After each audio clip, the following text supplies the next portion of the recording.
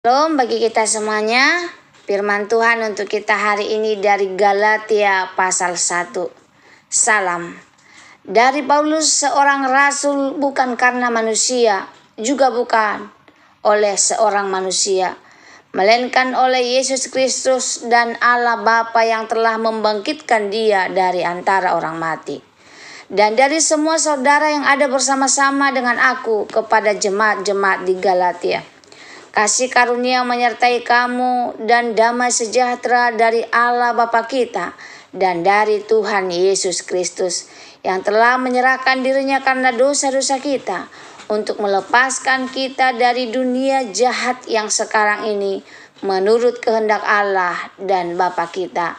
Baginya lah kemuliaan selama-lamanya. Amin. Hanya satu Injil.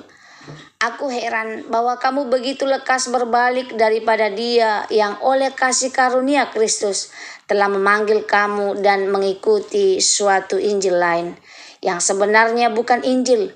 Hanya ada orang yang mengacaukan kamu dan yang bermaksud untuk memutarbalikkan Injil Kristus. Tetapi sekalipun kami atau seorang malaikat dari surga yang memberitakan kepadamu suatu Injil yang berbeda dengan Injil yang telah kami beritakan kepadamu, terkutuklah dia.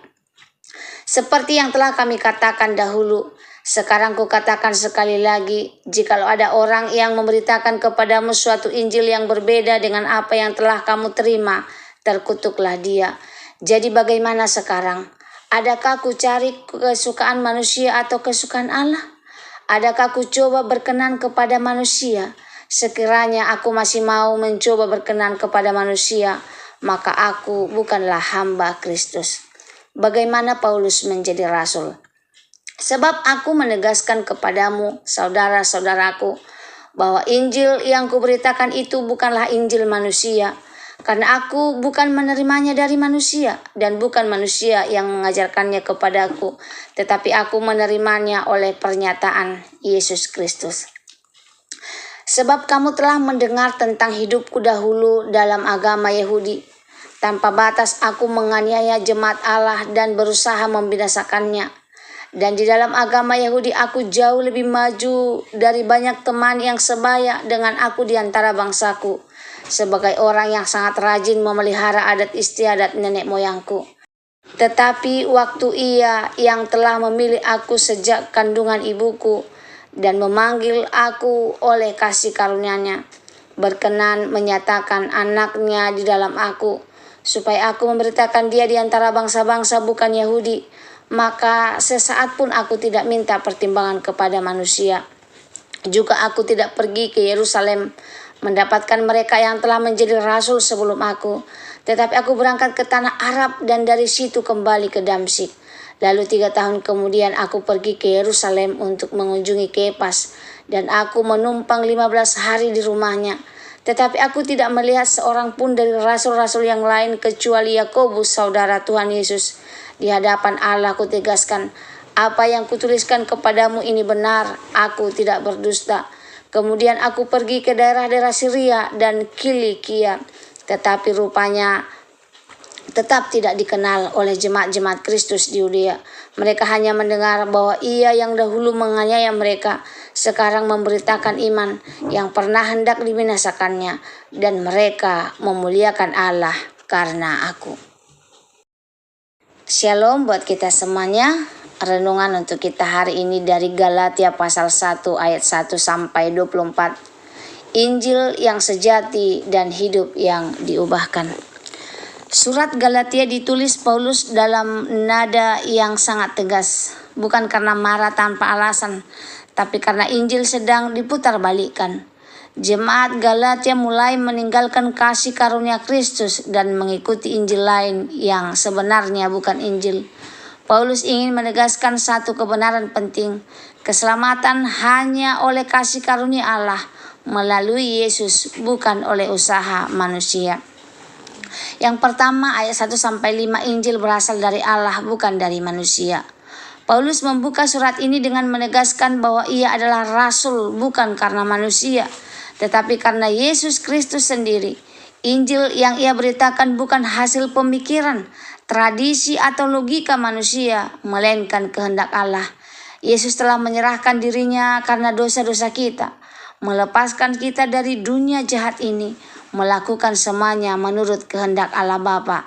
Keselamatan adalah anugerah, bukan prestasi. Saudaraku, apakah iman kita masih murni bergantung pada Kristus? Atau sudah ada campur dari usaha sendiri atau manusia atau tuntutan dari dunia ini? Yang kedua, bahaya Injil palsu ayat 6-9. Paulus heran karena jemaat Galatia begitu cepat berbalik dari Injil yang sejati. Ia menegaskan dengan sangat keras, bahkan jika malaikat dari surga memberitakan Injil yang berbeda, terkutuklah dia. Ini menunjukkan bahwa tidak semua ajaran rohani berasal dari Allah. Kebenaran Injil tidak boleh dikompromikan. Tanpa kasih, kebenaran akan menyesatkan. Injil palsu sering terlihat rohani, tetapi menggeser pusat dari Kristus kepada manusia. Yang ketiga, hidup untuk Allah bukan untuk menyenangkan manusia ayat 10. Paulus berkata dengan tegas, sekiranya aku masih mau mencoba berkenan kepada manusia, maka aku bukanlah hamba Kristus. Mengikut Kristus tidak selalu membuat kita diterima semua orang. Ketaatan seringkali menuntut keberanian untuk berdiri dalam kebenaran meski tidak populer. Hamba Kristus hidup untuk menyenangkan Allah, bukan untuk mencari tepuk tangan manusia. Yang keempat, Injil yang mengubahkan hidup ayat 11-17. Paulus menceritakan masa lalunya. Dia seorang penganiaya jemaat, fanatik terhadap tradisi dan merasa paling benar. Namun kasih karunia Allah mengubahkan segalanya. Allah memilih Paulus sejak dalam kandungan, memanggilnya oleh kasih karunia, menyatakan anaknya di dalam dirinya. Tidak ada masa lalu yang terlalu gelap bagi kasih karunia Allah. Yang kelima, hidup yang memuliakan Allah ayat 18-24. Perubahan hidup Paulus nyata. Orang-orang berkata, ia dahulu menganiaya, sekarang memberitakan iman. Dan hasil akhirnya mereka memuliakan Allah karena aku. Tujuan hidup orang percaya bukanlah supaya nama kita besar, tetapi supaya nama Allah dimuliakan melalui hidup kita. Saudaraku, apakah hidup kita hari ini membuat orang lain melihat kemuliaan Allah? Galatas 1 pada hari ini mengajak kita untuk berpegang teguh pada Injil yang sejati, tidak tergoda oleh Injil palsu, hidup untuk menyenangkan Allah, membiarkan Injil mengubah hidup kita. Injil yang benar selalu membawa kita kepada Kristus dan menghasilkan hidup yang berbuah. Semoga firman Tuhan hari ini menjadi berkat bagi kita. Terima kasih. Tuhan Yesus memberkati. Shalom.